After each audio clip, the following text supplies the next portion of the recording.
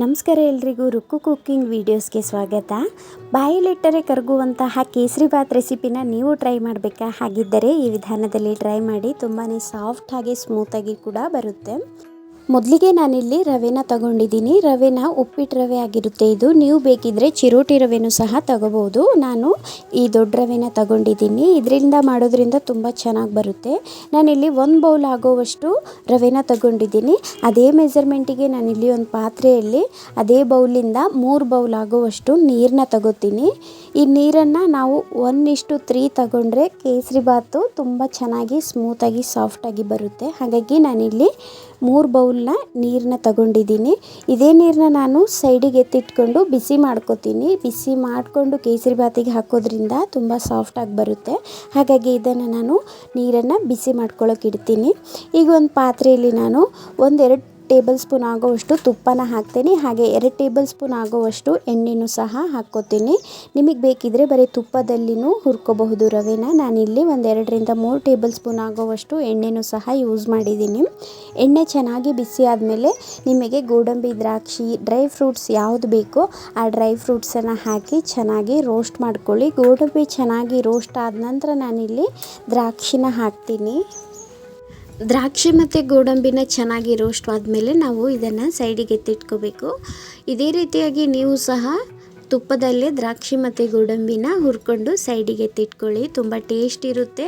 ಇದ್ರ ಜೊತೆಗೆ ಬೇರೆ ಡ್ರೈ ಫ್ರೂಟ್ಸ್ ಇದ್ರೂ ಸಹ ಹಾಕ್ಕೋಬಹುದು. ನಮ್ಮ ಮನೆಯಲ್ಲಿ ಡ್ರೈ ಫ್ರೂಟ್ಸು ಈ ಥರ ಕೇಸರಿಬಾತಲ್ಲಿ ಹಾಕಿದರೆ ಯಾರೂ ಇಷ್ಟಪಡೋದಿಲ್ಲ. ಅದಕ್ಕೆ ಸ್ವಲ್ಪನೇ ಹಾಕಿದ್ದೀನಿ. ಈಗ ಇದನ್ನು ಸೈಡಿಗೆ ಎತ್ತಿಟ್ಕೋತೀನಿ. ಈಗ ಅದೇ ಬಾಣಲೆಯಲ್ಲಿ ನಾನು ತುಪ್ಪ ಇರುತ್ತಲ್ಲ, ಬಿಸಿ ತುಪ್ಪ, ಅದರಲ್ಲೇ ನಾನು ರವೆನ ಹಾಕಿ ಹುರ್ಕೋತೀನಿ. ನಿಮಗೆ ಬೇಕಿದ್ದರೆ 1-2 ಟೇಬಲ್ ಸ್ಪೂನ್ ಎಕ್ಸ್ಟ್ರಾ ತುಪ್ಪನೂ ಸಹ ಹಾಕ್ಕೋಬಹುದು. ನನಗೆ ಇದೇ ತುಪ್ಪ ಸಾಕಾಗುತ್ತೆ. ಹಾಗಾಗಿ ನಾನು ಇಷ್ಟರಲ್ಲೇ ರವೆನ ಹುರ್ಕೋತೀನಿ. ಇದನ್ನು ಒಂಚೂರು ಎಲ್ಲೂ ಕೈ ಬಿಡದೆ ಮೀಡಿಯಮ್ ಫ್ಲೇಮಲ್ಲಿ ಹುರ್ಕೋಬೇಕು. ನೋಡಿ, ತುಂಬ ಚೆನ್ನಾಗಿ ಮಿಕ್ಸ್ ಆಗ್ತಾ ಇದೆ. ಎಲ್ಲ ರವೆನೂ ಸಹ ತುಪ್ಪ ಚೆನ್ನಾಗಿ ಹಿರ್ಕೋತಾ ಇದೆ. ಈ ರೀತಿಯಾಗಿ ನಾವು ಒಂಚೂರು ಕೈ ಬಿಡದೆ ಚೆನ್ನಾಗಿ ಫ್ರೈ ಮಾಡ್ಕೋಬೇಕು. ರವೆನ ಇಷ್ಟು ಹುರಿದ್ರೆ ಸಾಕಾಗುತ್ತೆ. ನೋಡಿ, ತುಂಬ ಚೆನ್ನಾಗಿ ಕಲರ್ ಬಂದಿದೆ. ಹಾಗೆ ಫ್ಲೇವರು ಕೂಡ ತುಂಬ ಚೆನ್ನಾಗಿ ಬರ್ತಾ ಇದೆ. ಈಗ ನಾನು ಸೈಡಿಗೆ ನೀರನ್ನು ಬಿಸಿ ಮಾಡಿಟ್ಟಿದ್ನಲ್ಲ, ಆ ನೀರನ್ನು ಸಹ ಇದರಲ್ಲಿ ಹಾಕ್ತೀನಿ.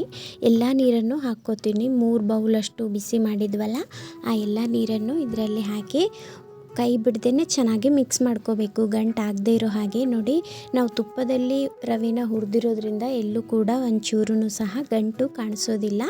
ಇಷ್ಟಾದರೆ ಸಾಕು. ನೋಡಿ, ಇದನ್ನು ನಾವು ಚೆನ್ನಾಗಿ ಲೋ ಫ್ಲೇಮಲ್ಲಿ ಮಿಕ್ಸ್ ಮಾಡ್ಕೊತ ಚೆನ್ನಾಗಿ ಬೇಯಿಸ್ಕೋಬೇಕು. ನೀರೆಲ್ಲ ಹೆಂಗಿದೆ ನೋಡಿ. ಈಗ ನಾನು ರವೆನ ಯಾವ ಕಪ್ನಲ್ಲಿ ತಗೊಂಡಿದ್ನಲ್ಲ, ಅದೇ ಕಪ್ ಅಳತೆಯಲ್ಲಿ 1 ಬೌಲ್ ಆಗೋವಷ್ಟು ಸಕ್ಕರೆನ ತಗೊಂಡಿದ್ದೀನಿ. ಸಕ್ಕರೆ ಬೇಕಿದ್ದರೆ ನೀವು ಸಿಹಿ ಬೇಕಂದರೆ ಜಾಸ್ತಿ ಹಾಕೋಬಹುದು ಸಕ್ಕರೆ. ಸ್ವಲ್ಪ ಸಿಹಿ ಕಡಿಮೆ ಬೇಕಂದರೆ ಕಡಿಮೆನೂ ಸಹ ಹಾಕ್ಬೋದು. ಆದರೆ ಮೆಜರ್ಮೆಂಟ್ ಪ್ರಕಾರ ಸ್ಮೂತಾಗಿ ಬರಬೇಕಂದ್ರೆ ಸಕ್ಕರೆ ಮತ್ತು ರವೆ ಸರಿಸಮನಾಗಿರಬೇಕು. ನೋಡಿ, ಇಷ್ಟು ಹಾಕ್ಕೊಳ್ಳೇಬೇಕು ಸಕ್ಕರೆ. ನಾನೀಗ 1 ಬೌಲ್ ರವೆಗೆ 1 ಬೌಲ್ ಆಗೋವಷ್ಟು ಸಕ್ಕರೆನ ತಗೊಂಡಿದ್ದೀನಿ. ಈ ಟೈಮಲ್ಲಿ ನಾನು ಸಕ್ಕರೆ ಹಾಕಿದ್ದೀನಿ. ಸಕ್ಕರೆ ಚೆನ್ನಾಗಿ ಬಿಸಿ ಆಗ್ತಾ ಇದ್ದ ಹಾಗೇ ಕರಗುತ್ತೆ. ನೋಡಿ, ನೀರು ಬಿಡ್ತಾ ಇದೆ ಸಕ್ಕರೆ. ಈ ರೀತಿಯಾಗಿ ನಾವು ರವೆ ಜೊತೆ ಸಕ್ಕರೆನ ಚೆನ್ನಾಗಿ ಮಿಕ್ಸ್ ಮಾಡ್ಕೋಬೇಕು. ನೋಡಿ, ಎಲ್ಲೂ ಕೂಡ ಗಂಟು ಇಲ್ಲದೆ ಇರೋ ಹಾಗೆ ಈ ರೀತಿ ನಾವು ಕೈ ಬಿಡ್ದೇ ಚೆನ್ನಾಗಿ ಮಿಕ್ಸ್ ಮಾಡ್ಕೋಬೇಕು. ತುಂಬ ಚೆನ್ನಾಗಿ ಮಿಕ್ಸ್ ಆಗ್ತಾ ಇದೆ ಈಗ ಸ್ಮೂತಾಗಿ.